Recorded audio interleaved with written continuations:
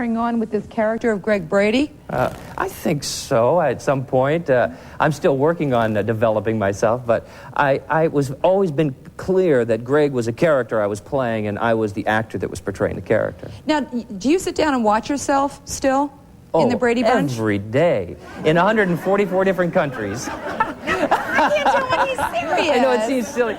But for me, watching that show is like watching old home movies. The problem that I have, Jane, is that I know how they all turn out. Yeah? So there's no suspense.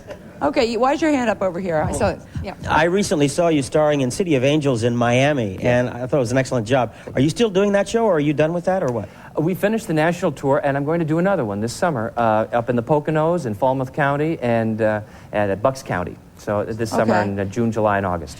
Do you ever feel, I mean, you sound very well adjusted about the fact that this character has, sort of carried over into your adult life. Has it ever hurt you in terms of getting parts that people saw you in one way? Absolutely, it has.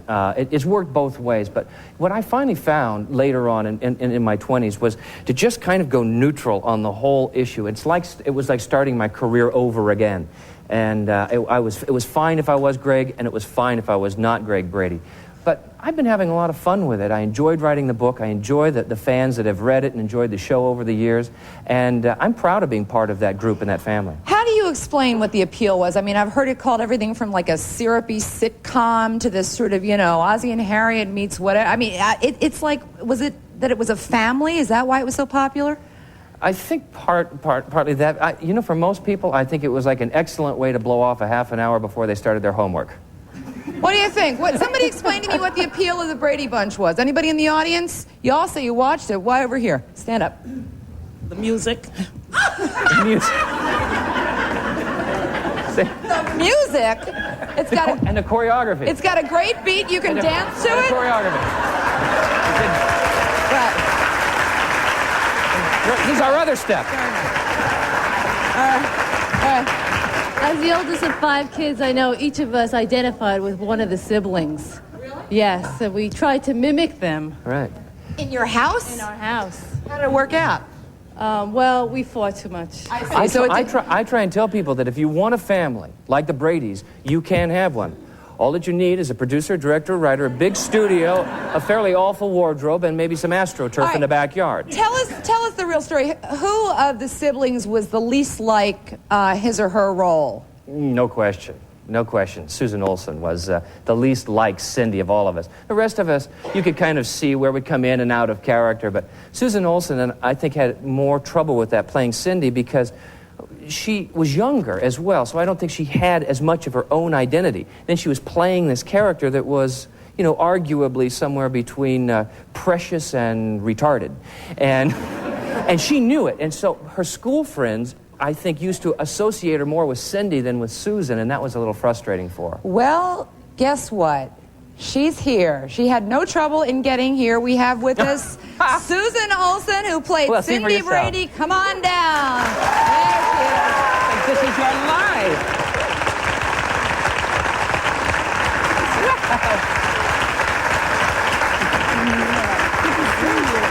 You too. How did you do this? Look at her. You didn't know. No, I've been here for 2 days. I've been hiding out. She wouldn't come down. Bringing up all right, here we go.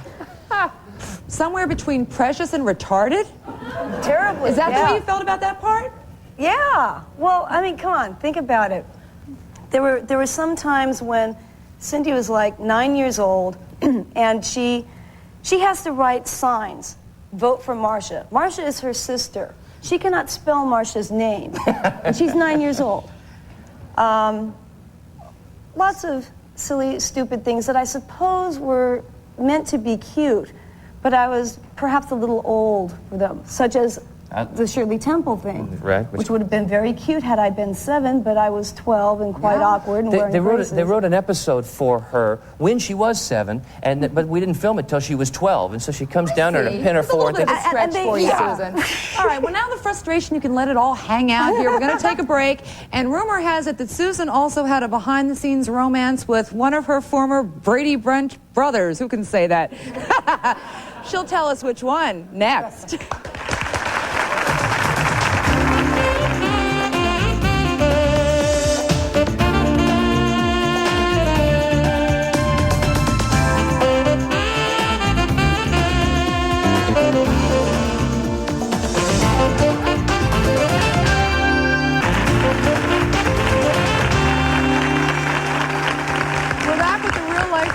have two former Brady Bunch child stars, Barry Williams, who played Greg, and Susan Olsen, who played Cindy. All right, Susan, come clean. Oh. You had a trailer romance behind the scenes with somebody?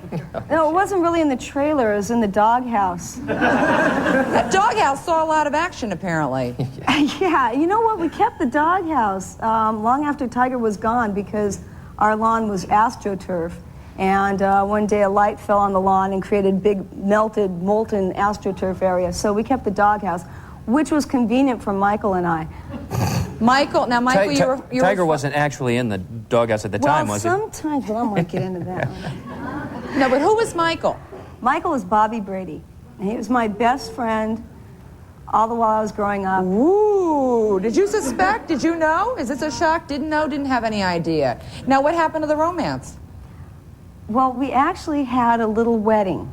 Michael and I played marriage. Maureen performed the ceremony. Eve was the witness, of course, that's Marcia and Jan. And so Michael and I got married and walked around looking really goofy, holding hands, going, "We're married now." And a big, oh, that's so cute. And how old were you when this happened? 7. And then he decided he liked Eve better because she was developing. And so we got divorced. Really? Yeah, so the way we did a divorce was we did the marriage ceremony backwards. And like walked backwards. Instead of like kissing each other, we kind of spat at each other. And we walked backwards, and then we were divorced. Now, did you have, I mean, when this show ended for you, you were younger, did you have trouble adjusting to the fact that this wonderful time in your life had gone, or what? Not really. To me, it was like, wow, great, I get to have a normal summer. And I was kind of ready for it, and I wanted to go on to other things. And I would miss the work, but it was a new adventure, then learning to become Susan and be entirely normal. And so your life has been entirely normal ever since then? Well, as normal, I guess, as it can be. Are you still acting? No, I'm a graphic artist, an illustrator, and actually where I work right now, nobody knows who I am. What do you mean nobody knows who you my are? art director knows, because I told him, because like... What, do you work in a small cubicle that no one can Living in a see you come in or go out or something, or what? Well, I'm one of like 3 white English-speaking people in the company, so I guess that would have something to do with it. All right, a lot of questions in the audience. Who had questions for Susan and Barry? Yeah. I wanted to know, as the years went on, were you able to buy into the show and get some good residuals as the years went on? Oh. Break my heart. Oh. We don't make any money from the original show, and haven't since the 70s. The laws have changed so that now if you were to start a series, or even in the mid-70s, you would, but we signed up in the 60s, and so we don't make any money. It's good and it's bad. It's made us work harder. There's nothing good about that, Barry. No, I mean, because the show is on in like reruns in like 100 different markets or something. No kidding. Oh, I'm sorry. You already knew that. I see. Oh, no. Still is. 44 countries, you know that. 3 times a day in some places. Oh, all right. If I only had a nickel for, oh well. I'm not going to cry over it. Are you seriously angry about that, or you're... It's bothering me now. Okay. Basically, the contract that we signed, that was the way things were then. That was just standard procedure. You got residuals for the first 10 runs. We didn't expect anything more than that. But as the years go by and the rent gets harder to pay, I think it would be awfully nice if I did make something off of it. Okay. You had a question over here? Yes, to Barry and Susan. How did you guys feel when you had found out that the guy that played your father, Robert Reed, had died? A lot of loss. We're very sad by that, as you might imagine. He was a kind of a mentor for us. We learned a lot from him. He was, in a way, kind of a father role model. Very much. And we felt that his life had been cut short way, way too early. He was a young and a vital man. And there's another reason, well, there's one less reason to look forward to any reunions now. The fact, the fact that he died from AIDS about a year ago, Susan, you had come out and said, this sends a message to people that if Dad Brady can die from AIDS. Do you really believe that? Well, I hope so. I hope that it sends a message out. I mean, people go around thinking, it's not going to happen to me. Oh, that happens to, whoever. And if Dad Brady can die of it, anybody can. Okay. Okay, you had something to... Are you planning any reunions in the future of the Brady Bunch? Just when you thought it was safe to go to your local Cineplex, Paramount last year announced plans, and I don't know the status of it right now, but they announced plans to bring to a theater near you Brady Bunch, the movie. Oh, I like that. But wait a minute. Yeah? Wait a minute. Here's the Did thing. that make you happy? There's something else. Why are you a Brady Bunch fan? I'm just curious. I like the music myself, and Marcia. the music was great. The music, right? The music was great, and the family was great too. And the intricate plots. All right. Now, what we're plots talking about that movie, though, just briefly, from what I understand from our producer, creator Sherwood Schwartz, is that that would be set in the 70s, and so they would recast all of the kids and the adults. So I don't think they'll be using the original Brady's. Well, we may have cameo roles as other people. She's checked into it already. She knows, right? All right. Just wouldn't come with residuals. Susan, before we go into break, what do you think the appeal of the show was or is? Well, sadly, I think that it's due to the breakdown of the family. And I think that there are a lot of kids out there that really don't have... I mean, how many people growing up today have a family that actually has a mother and a father and all these siblings that get along together? And I think it's kind of timeless because kids will always want to relate to such a nice family. And unfortunately... such a nice family is getting harder and harder to find. Okay. So it's still that fantasy that we all sort of Yeah. want to hang our hats on. Okay.